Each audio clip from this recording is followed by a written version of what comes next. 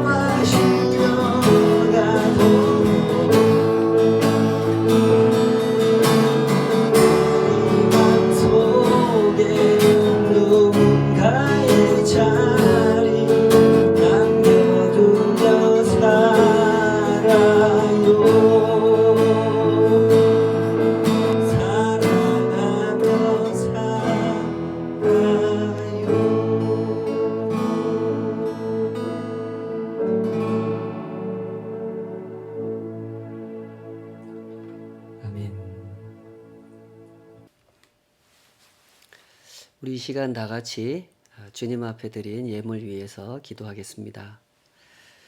아버지 하나님, 주님 그 은혜로우신 손 안에서 또 한 주간 하루하루 순간순간을 살아갈 수 있도록 은혜 베풀어 주시고 도우시고 이끌어 주시고 밀어주신 것을 감사합니다.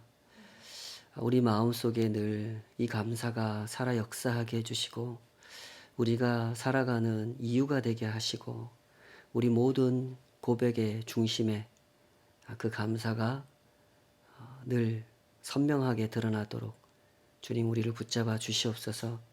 온 마음 다해 살아갈 때 또 힘겨운 일들 만나서 부둥켜 안고 씨름할 때도 여전히 우리의 생각과 마음을 주장하는 그 감사가 되게 하시고 그 감사로 인해서 더욱 복된 삶을 주님께서 인도해 주시고 동행해 주시는 그 삶을 살아갈 수 있도록 주님 우리를 붙잡아 주시옵소서. 드려진 모든 것들이 그렇게 감사의 고백이 되게 하여 주시고 또 주님께서 하실 일들에 대한 기대와 소망과 기쁨이 이 모든 예물 위에 풍성하게 채워질 수 있도록 하나님 이것을 축복해 주시고 또한 사용해 주시옵소서.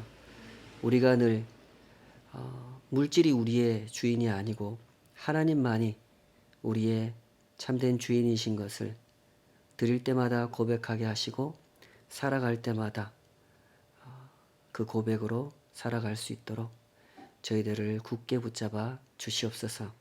이 모든 드림과 또 받아주심의 은혜와 또 사용해 주시는 그 사랑 신실하게 세밀하게 이루어 가시는 그 모든 일들을 저희들의 눈이 볼 수 있도록 또 기쁘게 겸손하게 동참할 수 있도록 항상 저희들을 붙잡고 인도해 주실 줄 믿사오며 예수님의 이름으로 기도하옵나이다. 아멘. 오늘 주신 하나님 말씀은 창세기 44장입니다. 창세기 44장 44장 전체를 오늘 설교할 건데요. 본문이 조금 기니까 조금 줄여서 읽겠습니다. 창세기 44장 1절에서 16절까지만 같이 읽고 말씀 증거하겠습니다. 다 찾으신 줄 알고 같이 읽겠습니다. 창세기 44장 1절에서 16절까지입니다. 시작. 요셉이 그의 집 청지기에게 명하여 이르되 양식을 각자의 자루에 운반할 수 있을 만큼 채우고 각자의 돈을 그 자루에 넣고 또 네 잔 곧 은잔을 그 청년의 자루 아기에 넣고 그 양식 값 돈도 함께 넣으라 하매 그가 요셉의 명령대로 하고 아침이 밝을 때에 사람들과 그들의 나귀들을 보내니라. 그들이 성읍에서 나가 멀리 가기 전에 요셉이 청지기에게 이르되 일어나 그 사람들의 뒤를 따라가서 그들에게 이르기를 너희가 어찌하여 선을 악으로 갚느냐. 이것은 내 주인이 가지고 마시며 늘 점치는 데 쓰는 것이 아니냐. 너희가 이같이 하니 악하도다 하라.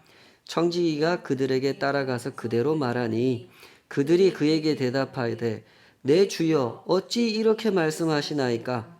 당신의 종들이 이런 일은 결단코 아니하나이다. 우리 자루에 있던 돈도 우리가 가나안 땅에서부터 당신에게로 가져왔거늘 우리가 어찌 당신의 주인의 집에서 은금을 도둑질하리이까. 당신의 종들 중 누구에게서 발견되든지 그는 죽을 것이요 우리는 내 주의 종들이 되리이다. 그가 이르되 그러면 너희의 말과 같이 하리라. 그것이 누구에게서든지 발견되면 그는 내게 종이 될 것이요 너희는 죄가 없으리라. 그들이 각각 급히 자루를 땅에 내려놓고 자루를 각기 푸니 그가 나이 많은 자에게서부터 시작하여 나이 적은 자에게까지 조사하매 그 잔이 베냐민의 자루에서 발견된지라. 그들이 옷을 찢고 각기 짐을 나귀에 싣고 성으로 돌아가니라. 유다와 그의 형제들이 요셉의 집에 이르니 요셉이 아직 그곳에 있는지라. 그의 앞에서 땅에 엎드리니 요셉이 그들에게 이르되 너희가 어찌하여 이런 일을 행하였느냐? 나 같은 사람이 점을 잘 치는 줄을 너희는 알지 못하였느냐? 유다가 말하되 우리가 내 주께 무슨 말을 하오리이까? 무슨 설명을 하오리이까? 우리가 어떻게 우리의 정직함을 나타내리이까?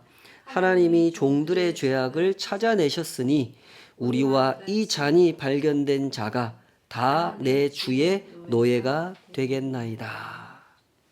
아멘. 네. 오늘 주신 말씀으로 하나님이 종들의 죄악을 찾아내셨으니 이런 제목으로 말씀 증거하겠습니다. 여러분께서는 기독교에 대해서 어떤 생각을 가지고 계십니까? 기독교가 이 세상에 존재하는 목적, 교회가 이 세상에 존재하는 목적이 무엇이라고 생각하십니까?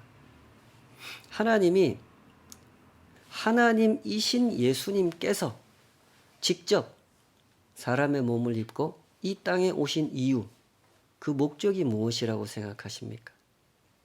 세상을 평화롭게 만들기 위해서 오셨을까요? 정의롭게 만들기 위해서? 이기적으로 사는 사람을 착하게 살도록 변화시키기 위해서 오셨을까요? 그것이 기독교의 역할이고 기독교의 목적일까요? 그렇습니다. 그것이 하나님의 목적입니다. 성경을 통해서 하나님 말씀을 통해서 확인을 해보면 하나님께서는 정말로 그런 일에 관심이 아주 많으십니다. 하나님은 기독교인만의 하나님이 아니시죠. 제가 종종 말씀드립니다만 하나님은 온 세상의 하나님이시고 모든 사람들의 하나님이십니다. 그 사람들이 하나님을 인정하든지 안 하든지 하나님은 모든 사람의 창조주이시고 모든 사람의 삶을 심판하시는 역사의 주인이십니다.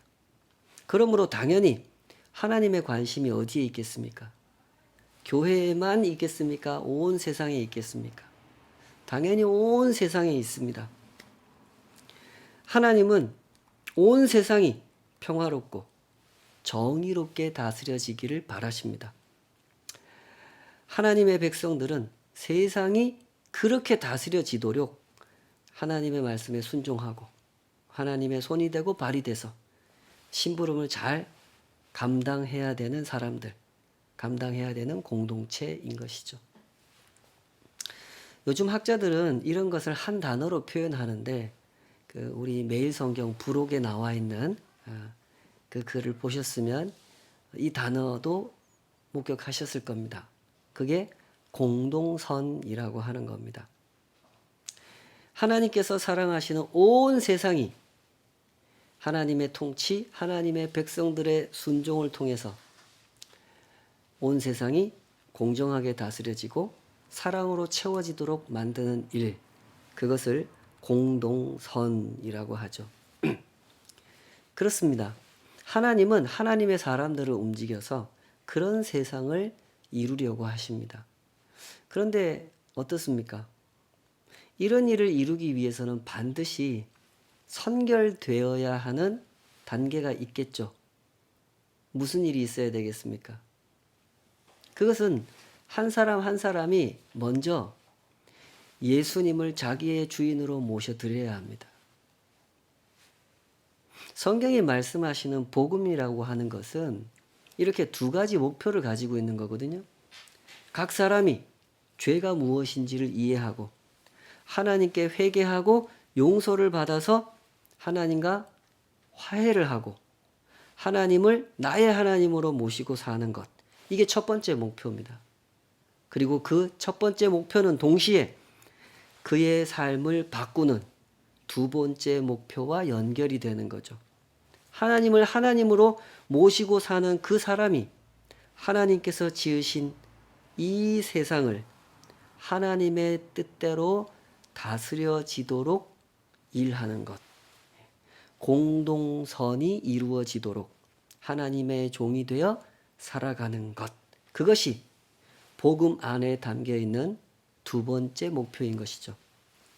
그런 점에서 우리 한국 교회는 한국 사회 안에서 대단히 모범적인 공동선을 이루었던 경험이 있습니다. 우리나라에 복음이 들어온 것은 1800년대 후반인 것이거든요. 물론 그 전에 뭐 천주교를 통해서 들어온 그런 사례도 있고, 그 전에도 또 뭐 통일 신라 시대 때 뭐 사례도 있는데, 일단 가장 선명하게 복음이 들어왔다라고 하는 시기는 1800년대 후반입니다. 당시에 우리나라는 모든 면에서 심각하게 기울어져 있던 나라죠. 정치만 기울어져 있었던 게 아니라, 경제만 기울어져 있었던 게 아니라, 사회 전반의 문화가, 사람들이 살아가는 수준이나 도덕성이나 이런 것들이 많이 기울어져 있던 시절이었습니다. 세계의 열강들은 이런 상황을 놓치지 않고 우리나라를 집어삼키려고 호시탐탐 노리고 있던 그런 상황이었죠. 그런데 그 무렵에 복음이 우리나라에 들어왔고, 한 사람 두 사람 하나님을 믿기 시작했습니다. 하나님의 사람이 되어서 변화되기 시작했죠. 그러면서 교회라는 거룩한 공동체가 이 땅에도 생겨나게 된 것입니다. 그리고 그렇게 세워진 교회와 성도들은 당시 조선 사람들 사이에서 칭송을 받기 시작해요. 그 이유가 무엇입니까? 그 당시 조선 사회에서 한국 교회는, 교회와 성도들은 공동선이라는 걸 이루었기 때문입니다.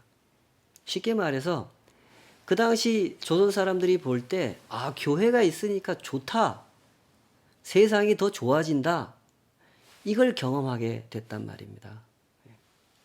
예를 들어서 당시 조선의 보통 남자들은 굉장히 술을 많이 마셨다 그러죠.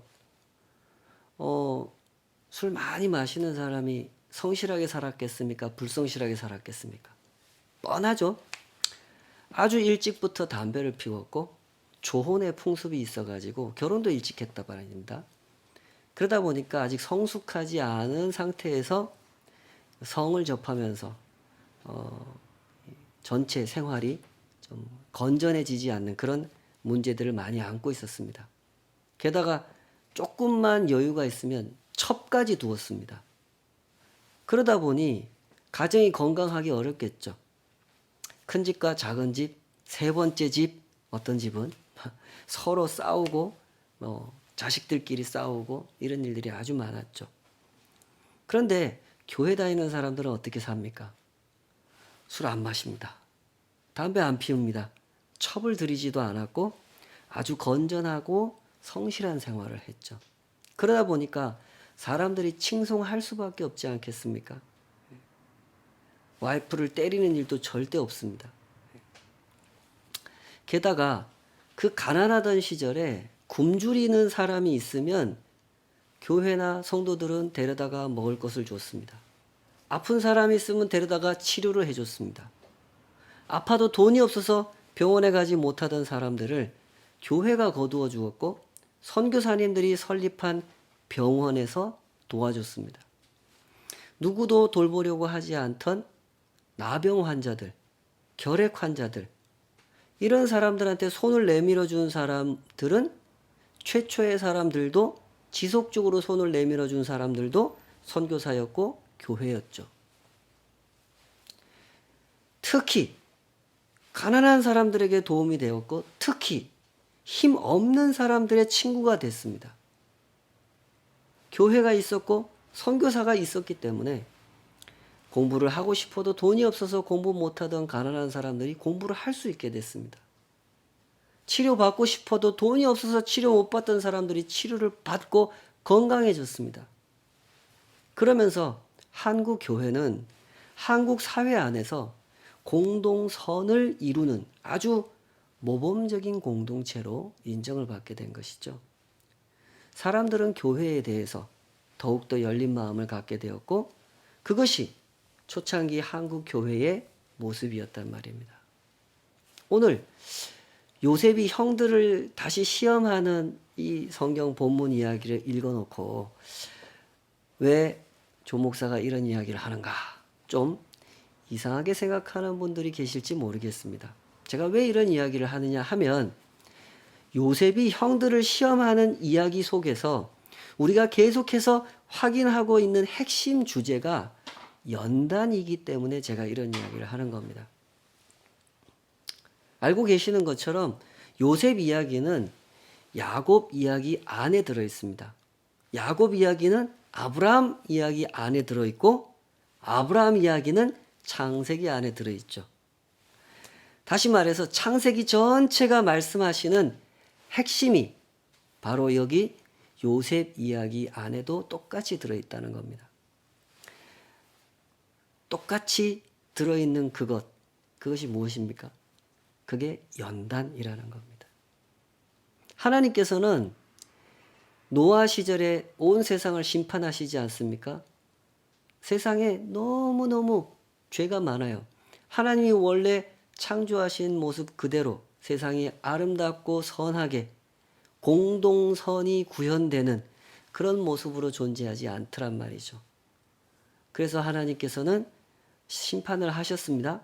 그리고 노아로부터 태어난 새 아들을 통해서 다시 인류가 번성하도록 기회를 주시면서 사람들이 또 태어나는데 여전히 세상은 또 죄로 가득 채워지게 되죠. 그때 하나님께서 아브라함이라는 사람을 특별히 구별하셨단 말이죠. 아브라함을 선택하셨어요. 그리고 약속을 하셨어요. 너와 너의 자손들을 통해서 나라를 세울 거다. 그 나라는 하나님 나라가 될 거야. 온 세상이 복을 받게 되는 나라. 그 나라를 통해서 온 세상의 다른 나라들도 복을 받게 되는 나라. 그런 나라를 내가 아브라함, 너와 너의 자손들을 통해서 내가 이룰 거야. 그런 약속을 주셨어요. 이때 하나님께서 세우시겠다고 하는 그 나라, 그 공동체가 어떤 나라고 어떤 공동체입니까? 그게 이 세상의 공동선을 이루는 나라라는 거예요. 하나님은 그와 같은 목표를 창세기 18장 19절에서 뚜렷하게 말씀해 주고 계세요. 제가 읽어볼게요. 창세기 18장 19절. 아브라함 이야기 나올 때 나오는 구절인데요. 기억나실 겁니다. 내가 그로 그 자식과, 여기서 내가는 하나님입니다. 내가 그로 그 자식과 권속에게 명하여 여호와의 도를 지켜 공의와 정의를 행하게 하려고 그를 택하였나니 이는 나 여호와가 아브라함에게 대하여 말한 일을 이루려 함이니라. 내가 아브라함을 왜 택했냐면 아브라함과 그의 자손들을 통해서 어떤 나라를 세울 거라고 했는데 그 나라를 왜 세울 거냐면 이 세상의 공동선을 실현하게 하려고 택하셨다는 거죠. 여호와의 도를 지켜 공의와 정의를 행하게 하려고 택하셨다는 겁니다. 그런데 여기에 문제가 있죠. 아브라함이든 이삭이든 야곱이든 요셉 그 형제들이든 사람의 상태가 어때요? 하나님께 선택받은 이 사람들의 상태가 어때요? 여호와의 도를 지켜 공의와 정의를 행하기에 충분히 준비가 된 상태가 아니라는 문제를 가지고 있었습니다. 때문에 하나님께서 하신 일이 뭡니까? 아이고 내가 사람을 잘못 선택했구나 이러셨습니까? 아니죠. 때문에 하나님께서 하신 일은 연단입니다. 하나님은 항상 이렇게 일하신단 말입니다. 세상이 일하는 방식과 하나님께서 일하시는 방식이 이런 측면에서 전혀 다릅니다. 세상에서는 재능 있는 사람을 뽑고 자격증 갖춘 사람을 뽑고 훈련된 사람을 뽑아서 사용하지만 하나님은 뽑아놓고 훈련시키신단 말입니다. 그래서 하나님의 방법이 은혜로운 것이고 그래서 모든 하나님의 사람들은 연단이라는 것을 받게 되어 있는 것입니다. 그런데 보십시오. 이 요셉의 형제들 상태가 어떻습니까? 하나님의 나라, 언약 공동체로 살아가기에 너무너무 부적합한 상태죠. 그래서 하나님은 이 요셉을 통해서 연단을 시켜가시는 거란 말입니다. 요셉은 아주 의도적으로 특별한 상황을 만들어 놓고 형들을 유인했죠. 그리고 누명을 씌웁니다. 즐겁게 식사를 나눈 후에 곡식을 나눠주고 돌려보내는데 자기 종을 시켜서 몰래 베냐민의 그 양식 주머니에다가 돈과 은잔을 숨겨놓죠. 마치 베냐민이 이게 탐이 나서 훔친 것처럼 그렇게 꾸며놨단 말입니다. 당연히 요셉의 형제들은 그런 일이 있었는 줄 전혀 모르고 기분 좋게 집에 돌아가고 있습니다. 한참 가고 있는데 뒤에서 애굽 군대가 막 쫓아온단 말입니다. 막 긴장되기 시작하죠. 또 무슨 일이야? 또 무슨 일이 있었던 거야? 딱 와서 보니까 요셉의 그 청직이에요. 요셉의 종. 와서 그 사람이 화를 내면서 소리를 지르는 거예요. 아니, 우리 총리께서 너희들한테 얼마나 극진한 대접을 해주셨는데 은혜를 원수로 갚다니, 이 나쁜 놈들, 감히 우리 주인님의 은잔을 훔쳐가다니, 어서 은잔을 내놓아라. 그러자 요셉의 형들은 극심한 공포감에 사로잡히게 되죠. 야, 또 진짜 무슨 일이 생겼구나. 왜 우리가 애굽에 오기만 오면 이런 일이 자꾸 생기냐 라고 생각하면서 결백을 주장하죠. 우리는 그런 사람들이 아니란 말입니다.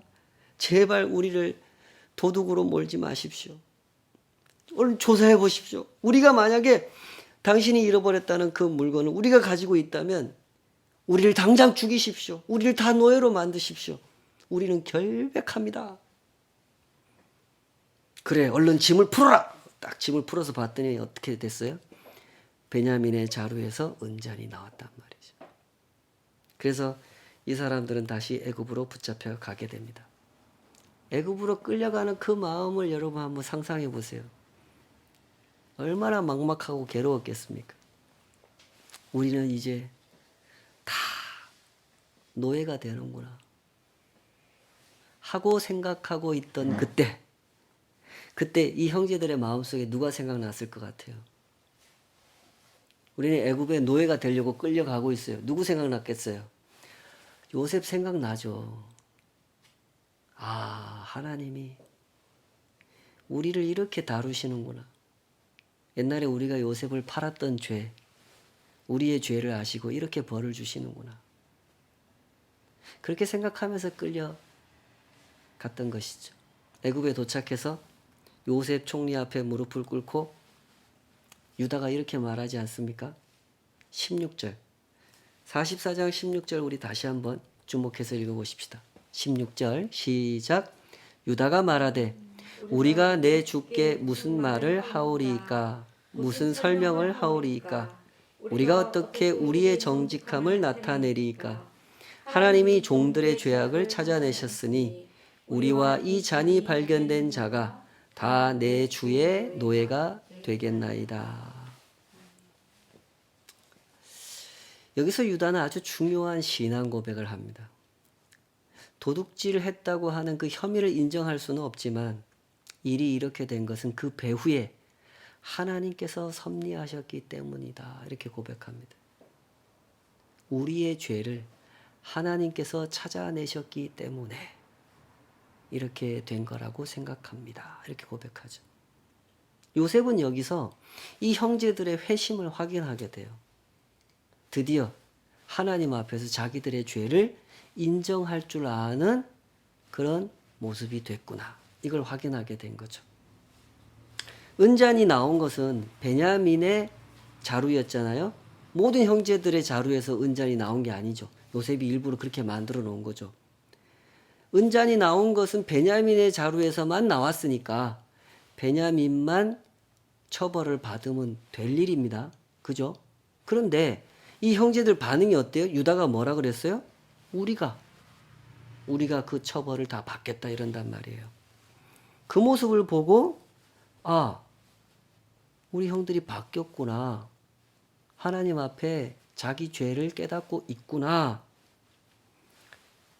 이 회심의 상태를 확인하게 된 겁니다. 정말로 이 사람들이 회심하기 시작했다는 것을 요셉도 확인하게 된 거죠. 그런데 요셉을 보면 아직 자기 정체를 밝히지 않아요. 그죠?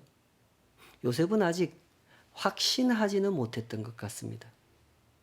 우리 형님들이 정말로 회심을 했는지 그 진정성을 확인하지 못했다고 생각을 한 것 같아요. 그래서 요셉은 더 깊이 파고들어서 형제들을 테스트하려고 합니다. 요셉이 이렇게 말하죠. 17절, 아까 16절까지만 읽었는데요. 17절 읽어봅시다. 시작. 요셉이 이르되 내가 결코 그리하지 아니하리라. 자니 그 손에서 발견된 자가 내 종이 되고 너희는 평안히 너희 아버지께로 도로 올라갈 것이니라. 요셉이 다 처벌받을 건 없습니다. 이 한 사람만 훔쳤으니까 한 사람만 노예가 되면 됩니다. 당신들은 집으로 돌아가십시오. 그러자 유다가 뭐라 그럽니까? 아버지 얘기를 꺼내요. 사실 우리 막내 이 베냐민은요, 우리 아버지한테 엄청 특별한 아들입니다. 베냐민이 이 일 때문에 붙잡히게 됐다라고 우리가 아버지한테 가서 얘기하면요, 그날로 우리 아버지는 쓰러져 죽을 겁니다. 우리 베냐민이 아버지한테 그런 아들이거든요. 그래서 제가 요번에 베냐민 데리고 올 때 아버지께 약속을 하고 왔습니다. 만일에 베냐민에게 무슨 일이 생긴다면 제가 대신 붙잡히겠다고. 그러니 염려하지 말고 기다리시라고. 제가 우리 아버지한테 그렇게 말씀드렸습니다. 그러니 총리님, 제발 저희 아버지를 불쌍히 여겨주셔서 우리 막내 베냐민을 돌려보내주시고 저를 노예로 잡으십시오. 제발 부탁드립니다. 유다가 이렇게 나왔단 말이죠. 정말 감동적인 장면 아닙니까? 도저히 아버지를 이해할 수 없었던, 이해하고 싶지도 않았던 사람들, 이 아버지의 편애 때문에 피해를 봤다고 생각했던 그 피해의식이 너무나 깊어서 아버지가 편애하던 아들, 그 요셉을 노예로 팔아버렸던 이 사람들이 이제는 아버지를 연민하고 있습니다. 아버지를 불쌍히 여기고 있어요. 이미 요셉을 잃었고 이제 또다시 베냐민을 잃게 될 것 같은 상황에 처한 아버지 야곱을 연민하고 있는 거죠. 이제 베냐민마저 잃게 된다면 우리 아버지는 완전히 쓰러져 버릴 거야 라는 생각에 저를 노예로 잡아주십시오. 우리 베냐민은 풀어주십시오. 라고 하는 그 말에서 깊숙이 뿌리박은 피해의식에 사로잡힌, 그래서 형제를 팔아버렸던 그들이 이제 자기 형제를 살리기 위해서 자기 목숨을 내놓고 있는 그 모습을 보면서 요셉은 비로소 형제들의 회심, 그 진정성을 확인하게 된 것입니다. 여러분, 회심이란 이런 것입니다. 참된 회심은 그 회심의 진정성을 확인할 수 있게 되는 것이죠. 하나님께서 쓰실 수 있는 공동선을 이루어내는 도구로 쓰임 받을 수 있게 되는 것입니다. 하나님 앞에서 죄를 깨달은 사람들, 하나님과 관계가 회복된 사람들은요, 사람 앞에서도 그 관계를 회복해 갈 수 있는 겁니다. 내가 피해를 입었다고 생각하기보다는 내가 준 피해를 생각하게 되죠. 자기 연민을 넘어서 아버지를 연민하고 다른 사람을 연민하는 자리로 나아갈 수 있게 되는 것입니다. 그래서 자기를 내려놓을 수 있고 자기를 희생할 수도 있는 겁니다. 공동선을 이루기 위해서 항상 문제가 되는 게 뭡니까? 그릇된 피해의식이죠. 그릇된 자기연민입니다. 정말로 불쌍하게 여겨야 되는 사람을 불쌍하게 여기지 않고 항상 나만 불쌍하게 여기는 태도. 세상에서 누가 제일 불쌍해요? 나. 그것이 문제가 됩니다. 그래서 이 세상에는 다툼이 멈추지 않는 것입니다. 우리가 정직한 눈으로 세상을 관찰해 보면 세상이 그렇게 돌아가지 않습니까? 정말로 불쌍한 사람이 누굽니까? 그러나 사람들의 눈은 누구를 향해 있습니까? 사람들의 눈은 불쌍한 사람을 보지 않습니다. 사람들의 눈은 정치에 가 있죠. 내 이익을 지지해주는 대통령 후보, 내 마음에 드는 정당에 가 있습니다. 정말로 불쌍한 사람들은 정치 뒤에 가려져 있죠. 연예인들 뒤에 가려져 있고 부유한 사람들 뒤에 가려져 있습니다. 교회는, 하나님의 공동체는 이런 세상에 빛으로 살아가라고 세움을 입은 것인데 오늘날 우리의 모습은 어떤 모습일까요? 제가 정확하게 기억하는지 모르겠습니다만 전에 이런 일이 있었죠. 폐지를 주워서 파는 할머니가 리어카에다가 폐지를 이렇게 실어가지고 골목길을 지나가시다가 옆에 주차되어 있던 BMW를 이렇게 긁으셨어요. 리어카로. 할머니가 깜짝 놀랐어요. 리어카로 아주 비싼 외제차를 긁었으니까. 그때 그 장면을 목격한 그 골목길을 지나가고 있던 사람들도 놀랬어요. 아이고 어떡해, 아이고 어떡해. 저 할머니 폐지 주워서 번 돈 그 1년치 다 모아도 저 차 수리비가 더 많이 나올 텐데. 아이고 어떡해 하고 있는데 그때 BMW 운전자가 내려가지고 할머니 손을 잡고 이렇게 말했다 그러죠. 할머니 괜찮으니까 그냥 가세요. 이렇게 좁은 골목에다가 이렇게 큰 차를 대놓고 있었던 제가 잘못입니다. 제가 죄송합니다. 할머니 그냥 가세요. 그랬다는 거 아닙니까? 제가 잘 기억하고 있는 거 맞습니까? 저도 그런 적이 있습니다. 약간 비슷한데 얼마 전에 제가 운전을 하고 가다가 이렇게 좀 앞에 길이 좀 막히는 상황이었는데 그래서 천천히 가고 있었죠. 조금씩 차가 움직이는데 한 속도가 10km 정도 됐을지 모르겠어요.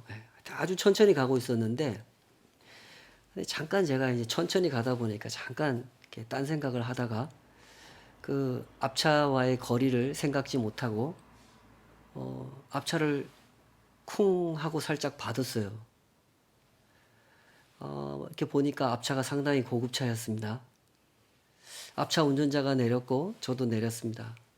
제가 90도로 허리를 꺾어가지고 폴더 인사를 하면서 아이고 사장님 죄송합니다. 어디 다치신 데는 없으신지요? 최대한 정중하게 그렇게 물었더니 그분이 다친 데는 없는 것 같고요. 뭐 조금 놀랐는데 뭐 괜찮을 겁니다. 이러세요. 그러더니 이제 그 뒤에 차들이 뭐 쫙 막혀 있으니까 뭐 사진 이렇게 한 장 찍으시고 뭐 우리도 빨리 이제 뭐 처리를 해야 될 것 같으니까 제 전화번호를 그분한테 드리고 이렇게 뭐 차 살펴보신 후에 연락 주십시오. 이렇게 하고 이제 서로 차를 타고 헤어졌어요. 근데 뭐 기다리는데 전화가 안 와요. 예. 그래서 제가 전화를 했죠. 선생님 그날 정말 죄송했습니다. 어디 차 수리할 데는 없으신지요? 이렇게 제가 물어봤더니 그분이 그러는 거예요. 아이고 뭐 걱정 마세요. 뭐 수리할 데는 없습니다. 뭐 수리할 데가 없어서 제가 전화를 안 드렸는데 전화 이렇게 주셨네요. 뭐 걱정하지 마세요. 이러시는 거예요. 아이고 그래서 제가 그렇게 또 넘어갈 수는 없으니까 아유 그래도 조금이라도 흠집이 났을 텐데 뭐 괜찮으시겠냐고 그랬더니 그분이 이렇게 말씀을 하시는 거예요. 코로나 때문에 다들 힘든데 이해하고 살아야죠. 괜찮습니다. 걱정하지 마세요. 전화를 끊으면서 저는 그 전화기에다 대고 또 90도로 폴더 인사를 하면서 전화를 끊었습니다. 우리가 한번 생각해 보십시다. 만약에 내가 그 앞차 운전자였다면, 만약에 내가 그 BMW 운전자였다면 어떻게 했을까? 나도 그 사람들처럼 그렇게 했을까? 두고두고 진지하게 생각해 볼 문제가 아닐까요?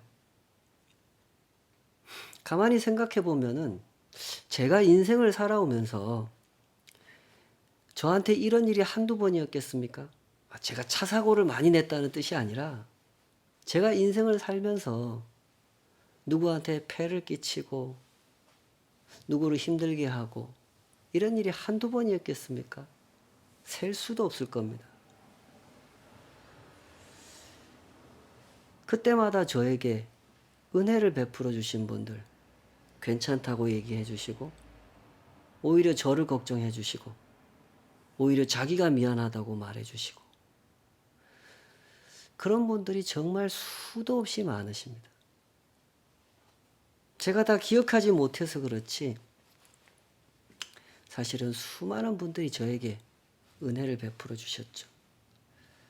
제 인생은 그 은혜, 그 사랑, 그 배려 위에 세워진 인생이죠.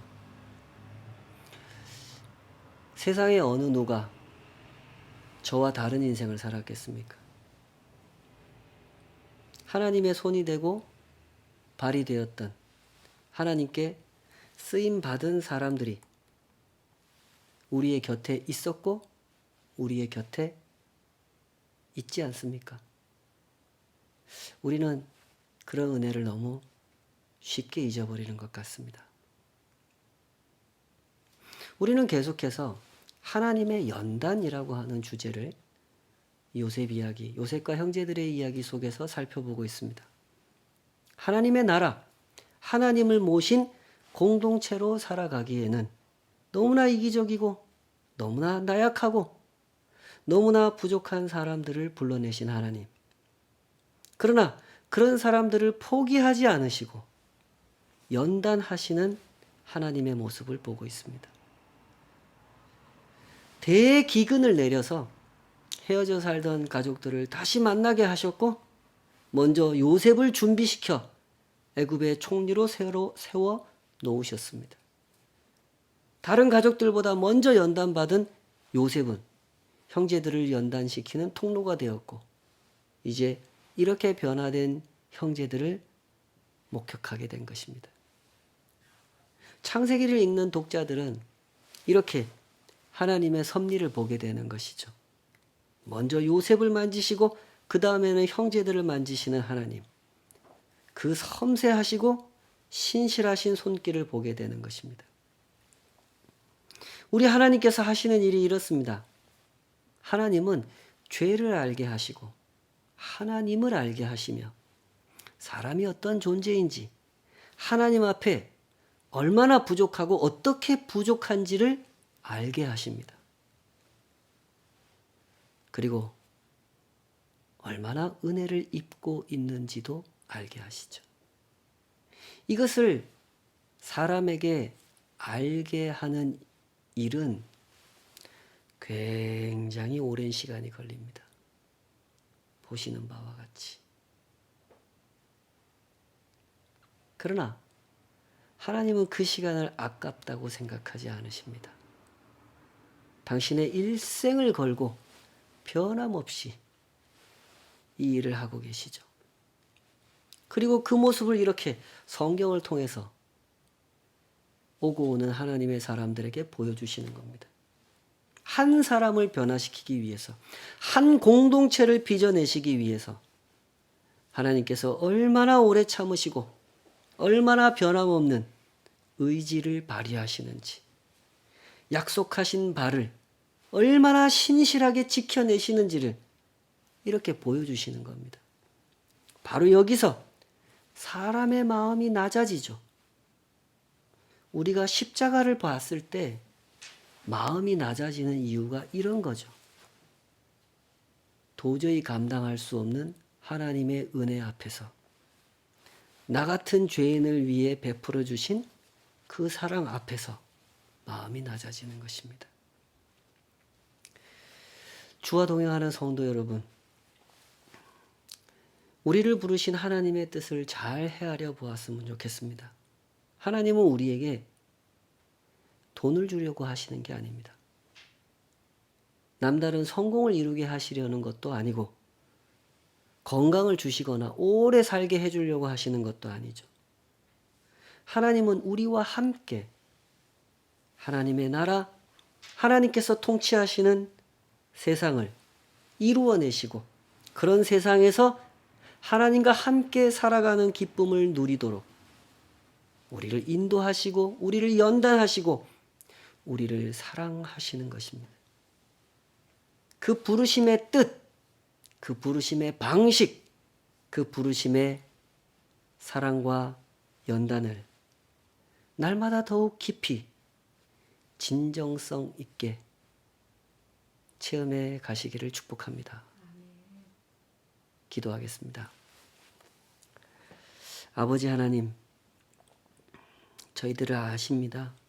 너무나 자세히, 깊이, 그리고 사랑 안에서 아십니다. 은혜로 품으시고 빚어내시는 그 손길이 참으로 진실하시고 신실하십니다. 포기하지 아니하시는 하나님의 그 마음을 아버지 우리가 알아가게 하여 주시옵소서. 하나님의 그 진실하신 마음 앞에 진정성을 가지고 회심의 걸음을 걸어가는 저희들의 삶 되게 하여 주시옵소서. 피해 의식으로 가득 찬 마음, 나를 중심으로 내 입맛에 맞도록 주변 사람들, 주변 상황들 바꾸어 내려고 내 마음대로 들었다 놨다, 울렸다 웃겼다, 내 마음대로 휘두르려고 했던 그 시간들의 어리석음을, 그 죄를 주님 앞에서 배워가게 하여 주시옵소서. 죄가 왜 죄인지, 죄는 어떻게 우리들의 관계를, 하나님께서 지으신 이 세상을 망가뜨려 놓는지 배워가게 하여 주시옵소서. 그리하여 나로 인해 피해 입은 사람들의 마음을 헤아려 볼 수 있게 하여 주시고 주님을 닮은, 주님께 배운 그 희생하는 길까지도 따라갈 수 있도록 주님 저희들을 포기하지 마시고 인도하여 주시옵소서.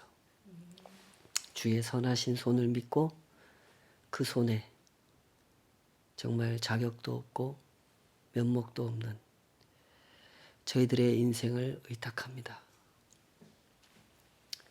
이제는 우리 주 예수 그리스도의 은혜와 아버지 하나님의 높고도 깊고도 넓으신 그 사랑과 성령 하나님의 내주하시고 만지시고 빚어내시는 그 은혜로우시고 능하신 손의 역사가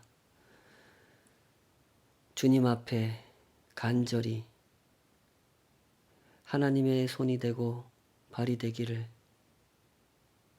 하나님이 뜻하시는 바, 하나님의 나라, 하나님의 공동체, 주님의 사람들 그 속에 거하기를, 그렇게 쓰임받기를 사모하는 모든 주의 백성들 삶 위에 이제로부터 영원까지 함께하여 주시기를 간절히 축원하옵나이다.